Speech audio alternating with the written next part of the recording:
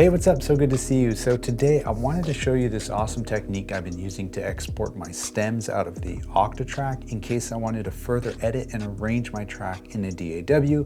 Or the other huge perk of this method is it allows me to easily gather my stems internally within the OT and put together a live set later on in a new project of all the songs that I've been making on the Octatrack. And full credit goes to John Wayne, aka John Makes Beats, for sparking this idea. And he also mentioned that he learned it from Sebastian on the Elektron forums. So thank you, Sebastian. All right, let's dive in. So I have this track here, and it has all these different parts and samples that have been chopped, edited, filtered, you name it. Now, the quickest way I've found to get all of these individual stems out of the OT is by internally sampling all the tracks to themselves at the same time. And this might sound a little tricky, but it's not that bad. And there's two ways of doing it, this kind of annoying way, and then my favorite way, which is what I'll show you first. So check this out. I'll go ahead and mute all the drums off of the Digitact. These are all the parts here. The benefit of this is, for example, if I go and listen to track 4, which is this little thing here. There's never been a time like this before. It's my voice, and I got filters, I got all these delays, right? I can sample this down with all of that intact. And to do this is I'm gonna go to my record buffer settings for every single track and set source 3 to be itself. So track 4 is gonna be T4, track 3 is going to be T3. And of course, it takes a little bit of setup. And what's cool is you can actually do this as a default template and save it that way. And that way, when you go to make music, it's kind of already set up ahead of time to do this. So track 5, you get the idea. Now, another setting that's super important is on record setup page 2, the Q rec or quantized record. I'm going to set that to PLen, aka pattern length, for every single one of these. And another super important setting in our project, we're gonna go down to control and memory. We're gonna set dynamic recorders to yes. So take it from no, set it to yes. When this is set to no, you have to manually do the math of what tracks get what reserved amount of length when recording samples into the Octatrack. But if you set this to yes, the Octatrack will automatically take all the available RAM and allocate that towards whatever track is currently recording, so you don't have to do math. From here on out, just set this to yes and forget about it. So looking back at our record page 1, everything else is ready to go. We got 1, 2 set, record length, leave that at max. We want to capture everything at once. And now, check this out. This is where the magic happens. Now, while it's playing, I'm going to go to track 1, hit record 3, and do this for every single track. And boom, they all started recording, and they're just gonna record until however long I want them to. I'll jump to a blank pattern to grab the tail, the delays, all that, and then hit stop twice. So what I've just done is recorded every single track internally onto itself, into its own recording buffer from the same starting point, and then when I hit stop twice, they all ended at the exact same starting point because of those settings. And I might not have explained it perfectly there, but the reason I was able to just go track 1, record 3, track 2, record 3, track 3, record 3, is because I'm telling all these tracks to start recording from the internal setup, which is this here, source 3. That's what shows up when I hit record 3. That's what its aim is. And the reason it didn't start recording until the end of the pattern was because on record page setup 2, we had pattern length set up for our quantized recording. So as long as you do all of that before the pattern ends, you're good to go. And you'll grab that loop. So it's really easy to do with 4-bar loops. And if we go back to track 1, or pattern 1, I should say, let's go and look at our recordings. So if I go to track 4, which was that vocal sample with all the filters and stuff, I'm gonna hit function, record, edit, and edit this recording. This is gonna show me the record buffer of track 4, not the sample loaded on track 4's source page. It's totally different. So record, edit, edit this recording. Now listen. There's never been a time like this before. And that's exactly how I had it set, because if we go and actually listen to track 4, I still can open this up. There's never been a time like this before. Right? And edit the raw recording. But now I have its new version. So they're in this temporary state called the RAM, right? The record buffers. If I turn off the machine right now, I'm going to lose all of this. So they aren't actually saved to our CF card just yet. And there's an easy way to do this, and you just hit record, record edit, and save all recordings. Now it wants us to name all the samples. So R1 is going to be record buffer 1, and then it's followed by the date, which that is way wrong, and then the time, which is also wrong. But that's fine. I'm going to just hit yes, yep, save sample, yep, save sample, yep, save sample. It's overwriting because I had a couple other things already saved there, but this is a new project, don't you worry. Now, boom, boom, boom. And if you wanted to be super organized, you would go ahead and rename all of these properly to what the track actually was. But for the sake of time, I'm just going to do this way, and I'll show you where they show up now in the computer. All right, so our Octatrack isn't showing up because we need to plug in the USB. We're going to go to project. This is called RT001, our main project right there at the top.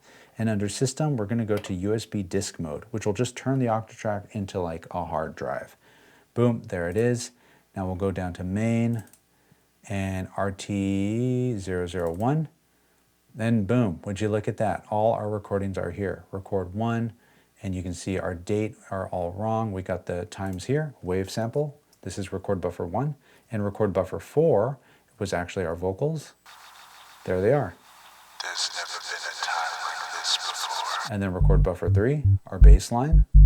So now, if I were to open up, for example, live, I'm just looking at the date and time that they were modified. So right now, today at 10:25, which is actually the correct time. That's fine, whatever. And I know that my tempo on here was 124. So I'm just going to go ahead and set that to 124. Now, looking at Finder, I'll drag these over, hold down Command on my keyboard, and it'll put them all into their own little sections. Now, highlighting all these, we'll make sure that warp is not on, and boom, there you go. There is your perfect little loop. And what's great is you still have these extra little tails that are the ending part of the track. So if you wanted to like fade in, or you had some long delay that just kind of hangs out, that's why I jumped to the blink pattern and let it just continue recording. Because if you jump to a blink pattern, your record buffers are still going to keep recording as long as nothing interrupts them, which in that case of it being blank, there was nothing there. So listen to this. There's never been a time like this before. Loop is on. Perfect.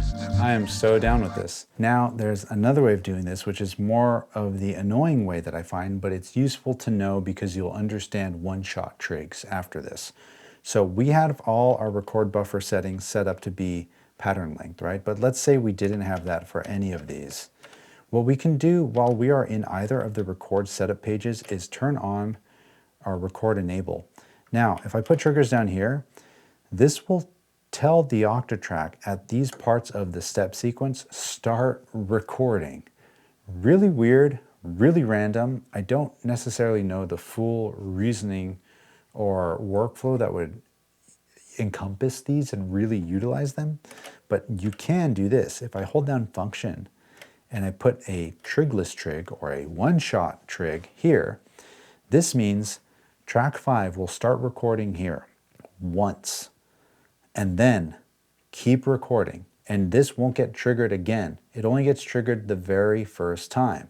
Now, if I go to track 6 and I do this across all tracks, I can put this one-shot trigger down on all the tracks, and then I can also hold this trigger down and tell it I don't want to record A, B, or CD. I just want it to record internally, which you can see is highlighted there as track 1.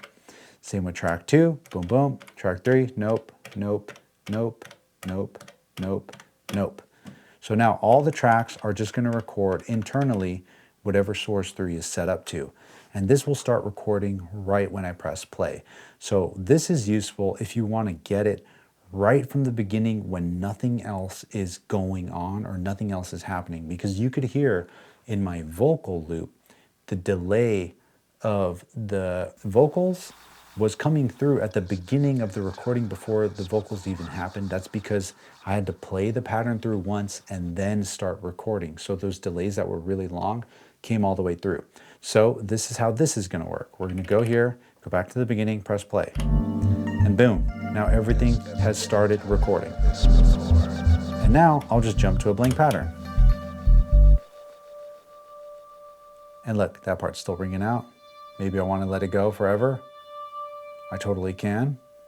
Boom, it stopped. And bam, I just grabbed all those stems. So you might be wondering, why is this the annoying way? Well, because if I go back to this pattern and press play, it's going to start recording the record buffers again, erasing what we just did. But that's because we need to disarm all of our one-shot trigs. So as long as I'm not in record enable, this will disarm any one-shot trigs in this track, but I want to make sure record enable is off so I can, oh, I'm dog sitting my brother-in-law's dog. This is Nora and she wants my attention right now. I want to disarm all of the tracks. So pressing play, now those one-shot trigs don't happen, right? But if you hit stop 3 times, it'll rearm all of your one-shot trigs. So that's why I kind of find this annoying, is that I had the muscle memory to just hit stop a bunch of times, which then rearms all of those one-shot trigs. So me personally, I need to remember to hit no before I start pressing play again. But when I am ready to record, I can hit yes, and it'll automatically arm all of those again. And boom, it'll be the same as it was before. So this might be a workflow you're used to, or it might not be. And another thing, one-shot trigs aren't just applicable to just this one record setup section. You can actually use one-shot trigs in like regular tracks. So like if you have a track here and you got some samples in here, you can set all of these to be one-shot triggers and see they're flashing, which means, hey, they need to be armed before they play. So if I hit yes, it'll arm them. They're now ready to play and they're going to trigger, which is not what I want. But now that they've played once, they're not armed. And to make sure, you disarm all of those one-shot trigs. Hopefully that makes sense. One-shot trig mode is annoying, but useful to getting the sample recorded right from the beginning, the way it is, with nothing, no tails, any of that.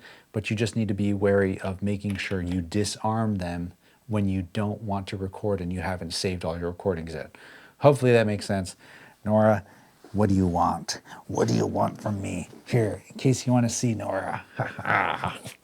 What's up? What's up, girl? What's good? Ugh. She knows she wasn't supposed to do that. Now, I'm going to show you how you can then access all these sounds as well to build up a live set. So let's go to project and we'll just change this and start a new live set, or a new set, right? It doesn't have to be a live set. It could be whatever you want. Okay, I'm going to go to our static tracks and we're just going to load something, and I'm going to go all the way back to the very root directory and we're going to look for RT001. Would you look at that? It's right here. We're going to go into that and boom, here it is. We have RT, the piano, and then we also have record buffer 2. And then we got record buffer 4, which is this one here. There's never been a time like this before. And I can just go ahead and start populating my track, right? So we can go record buffer 1, yep, put that in here. And then record buffer 2, we want this to be here. Awesome, record buffer 3, our bass. And look, just to prove it's completely empty, there's nothing there. Track 1, we'll put down a first step. Track 2, track 3, track 4, track 5, track 6. And then I'll also double tap source and make sure time stretch is set to off, but you need to be cognizant of what the tempo was when you recorded all the samples. So time stretch could be helpful if you want to play at different tempos and play a couple different patterns at different speeds, but I usually make music at 124 or 120. I kind of have my phases, and when I'm playing it live, I know I'm going to be most likely playing at 124 if I'm going to be doing some headlinery type of stuff or playing a little bit more of an upbeat set. So I don't worry about that so much on here. I just go ahead and set this to 124, and I know that I can easily pull up my samples. And the big benefit here is that when you're going here, you can just go project by project finding your sounds. You don't need to go into just the main like audio folder that has everything and then figure it all out from here, right?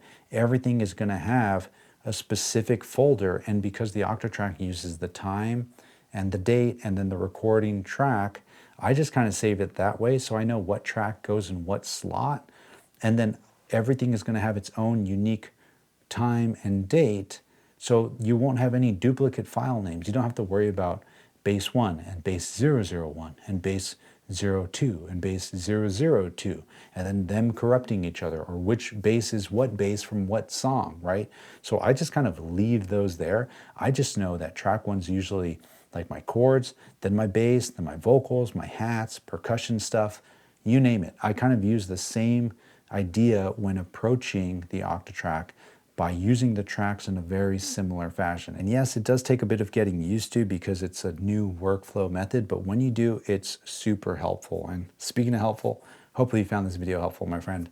If you did, I'd appreciate the thumbs up, but you kicking it is more than enough. And until next week, my friend, you already know the drill. Share the love, share the knowledge. Knowledge is power. Peace.